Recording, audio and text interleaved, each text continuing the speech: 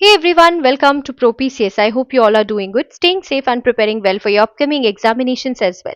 तो एक बार फिर आप सभी का स्वागत है ProPCS के इस नए वीडियो में।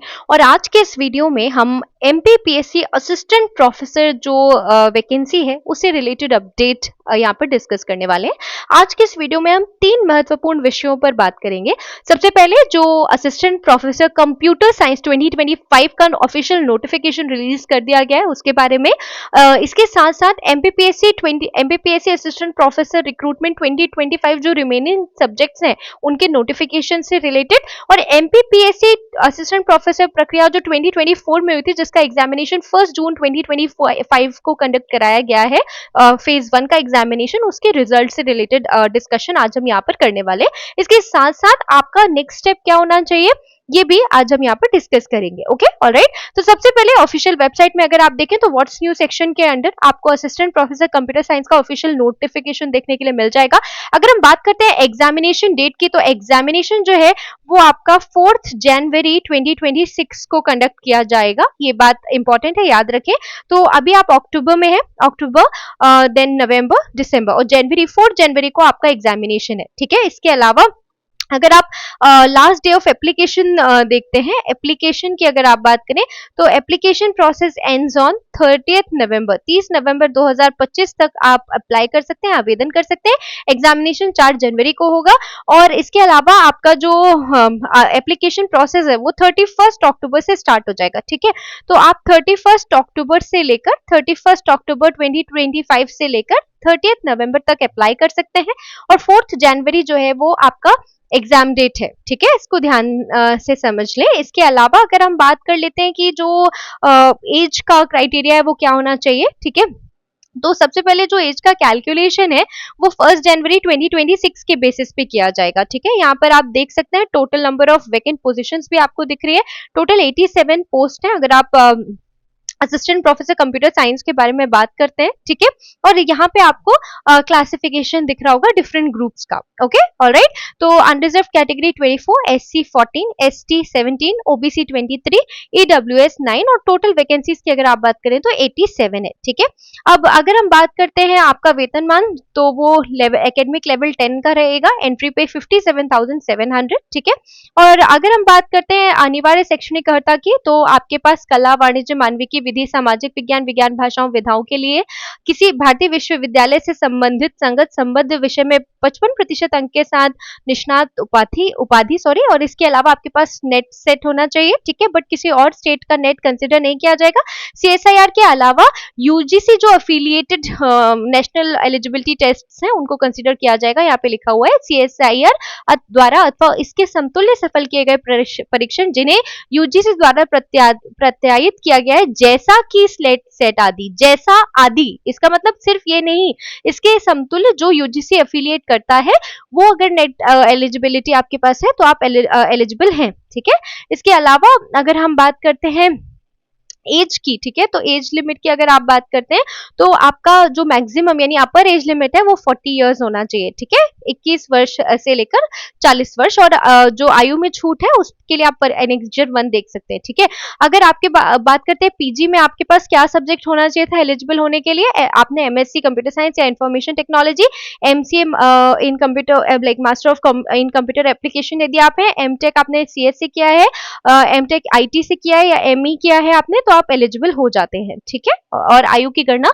1/1/2026 के अनुसार की जाएगी। और प्लीज एनेक्सर 1 देख लें एक बार अप्लाई करने से पहले। एज में जो एज लिमिट में जो छूट दी जाती है, आयु सीमा में छूट, उसके लिए प्लीज एनेक्सर 1 या परिशिष्ट 1 देख लें। ठीक है, अब यहाँ पर सारे इंपॉर्टेंट डेट्स दिए गए हैं जिनको हमने पहले ही डिस्कस कर लिया है। ठीक है, और आप स्क्रॉल डाउन करेंगे तो डॉक्यूमेंट से रिलेटेड जो इंपॉर्टेंट अपडेट्स हैं वो यहाँ पे आप देख सकते हैं। ठीक है, और साथ साथ में आपको जो भी अगर कोई भी किसी प्रकार का भी अगर आपको इस वैकेंसी से संबंधित डाउट है तो प्लीज कमेंट्स के माध्यम से आप हमसे पूछ सकते हैं। ठीक है, और आप mppsc.mp.gov.in या mppsc.mp.gov.in के माध्यम से जो फॉर्म है उसको फिल कर सकते हैं। ठीक है, तो एग्जामिनेशन डे की अगर आप बात करें, यहाँ ओएमआर से संबंधित इन्फॉर्मेशन दी गई है कि आपको कैसे फॉर्म जो है वो फिल करना है। ठीक है, साथ साथ में अनुभव प्रमाण पत्र के परिशिष्ट भी आपको यहाँ पर इस पीडीएफ में देखने के लिए मिल जाएंगे।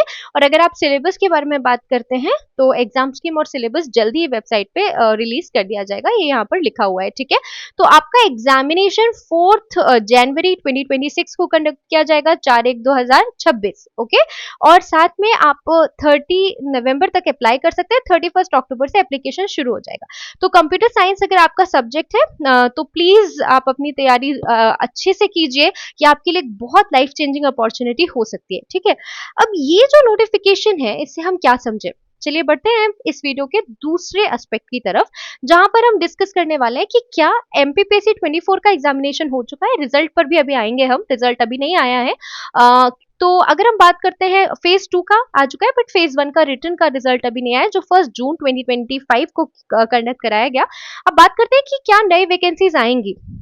तो देखिए ये जो नोटिफिकेशन है ये आपके लिए क्लियर इंडिकेशन है कि आपको 2026 में असिस्टेंट प्रोफेसर की नोटिफिकेशन देखने मिलेगी ही मिलेगी। आप सेट से भी अंदाजा देखिए, आपके पास सेट का एग्जामिनेशन है जो जनवरी में कंडक्ट किया जाना है। ठीक है, इसके बाद में आपको असिस्टेंट प्रोफेसर का एग्जाम भी देखने के लिए मिलेगा। अगर हम बात करते हैं नई दुनिया की, ये एक नेशनल लेवल का न्यूज़पेपर है, तो यहाँ पर आपको एक स्टेटमेंट दिख रहा होगा, अनुपम राजन अपर मुख्य सचिव उच्च शिक्षा यानी हायर एजुकेशन के जो अपर मुख्य सचिव हैं उनके द्वारा एक आपको यहाँ पे ऑफिशियल स्टेटमेंट देखने के लिए मिल रहा होगा। ठीक है, अगर हम यहाँ पर देखें तो इस स्टेटमेंट में दिया गया है, अगर आप देखें तो, कि अगर हम टोटल वैकेंट पोस्ट के बारे में बात करें तो कई सारे ऐसे पद हैं जो खाली हैं। ठीक है, अगर आप देखते हैं असिस्टेंट प्रोफेसर, इसके अलावा प्रोफेसर, यूजी प्रिंसिपल्स, ठीक है, इसके अलावा स्पोर्ट्स ऑफिसर, इसके अलावा लाइब्रेरियन, बहुत सारे पदों का यहाँ पे विवरण दिया हुआ है।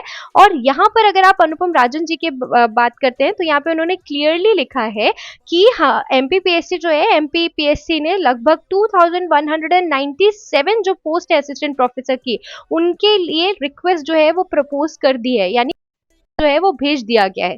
ठीक है, ये कौन बोल रहे हैं? श्री अनुपम राजन जी, जो कि अपर मुख्य सचिव है उच्च शिक्षा विभाग में, हायर एजुकेशन में। ठीक है, इसका मतलब है कि अब जो 2022 का रिजल्ट है वो बहुत जल्द आ जाएगा, फाइनल रिजल्ट, उसके इंटरव्यू इन प्रोसेस है अभी।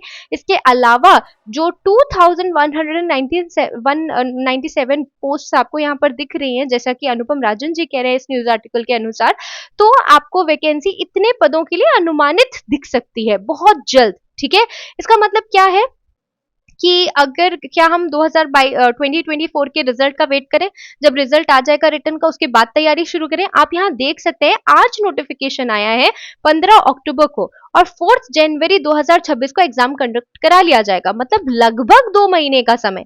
ओके, 60 डेज 65 डेज आप मान सकते हैं। ओके, अब 65 डेज में क्या आप, अगर आपको ऐसा लगता है कि आप बहुत केपेबल हैं, 65 डेज में आप कंप्लीट 100% सिलेबस कवर कर लेंगे, तो सब्जेक्ट वाइज जो सिलेबस है वो वास्ट होता है। ठीक है, तो आपको तैयारी, आप नोटिफिकेशन का इंतजार मत कीजिए। अगर आप एम करते हैं असिस्टेंट प्रोफेसर बनना तो आपको तैयारी आज ही शुरू कर देनी चाहिए, अगर आपने आज तक भी तैयारी शुरू नहीं की है।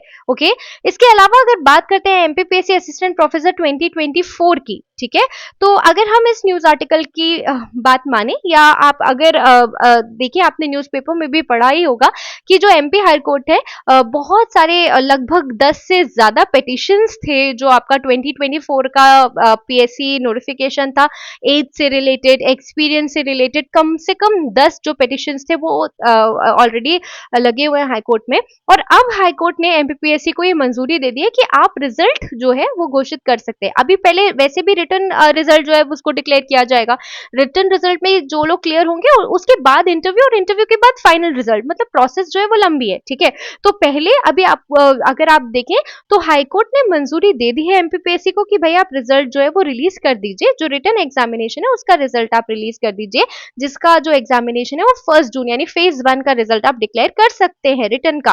ठीक है, तो इसका मतलब क्या है कि आपका जो रिजल्ट है वो जल्दी आने वाला है।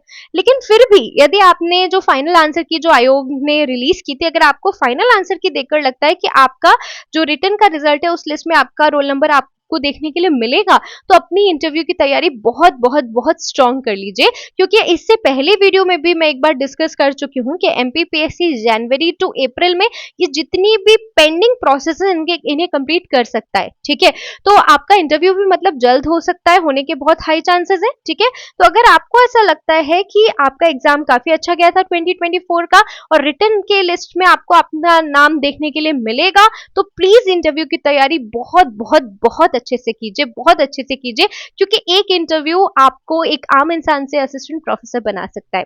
ठीक है, तो प्लीज अपनी क्षमताओं पर विश्वास कीजिए और कोई भी किसी भी प्रकार के एक्सक्यूजेस मत लाइए। There is a very famous saying that no one can go back and change the bad beginning, but anyone can start now and can create a very successful ending.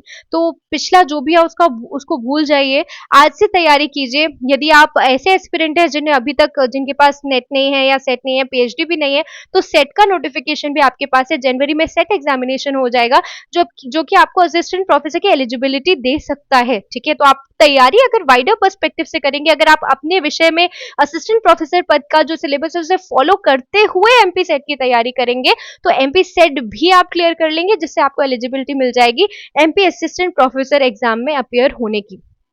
ठीक है, तो आशा है ये सारी जानकारी आपके लिए महत्वपूर्ण होगी। फिर भी अगर आपको किसी भी प्रकार का डाउट है, आप कमेंट्स के माध्यम से हमसे पूछ सकते हैं, हम पूरी कोशिश करेंगे उन्हें जल्द से जल्द एड्रेस करने की। इसके अलावा permanent assistant professor other than MPPSC updates, इसके अलावा visiting faculty updates, MP higher education guest faculty updates, MP GK से रिलेटेड कंटेंट और एमपीपीएससी फूड सेफ्टी ऑफिसर से रिलेटेड कंटेंट के लिए चैनल को सब्सक्राइब करना ना भूलें। अगर आपको ये वीडियो पसंद आया हो तो प्लीज वीडियो को लाइक और शेयर करना ना भूलें। मिलते हैं अगले वीडियो में, तब तक के लिए अपनी तैयारी पूरी रखिए और आगे बढ़ते रहिए। नमस्कार।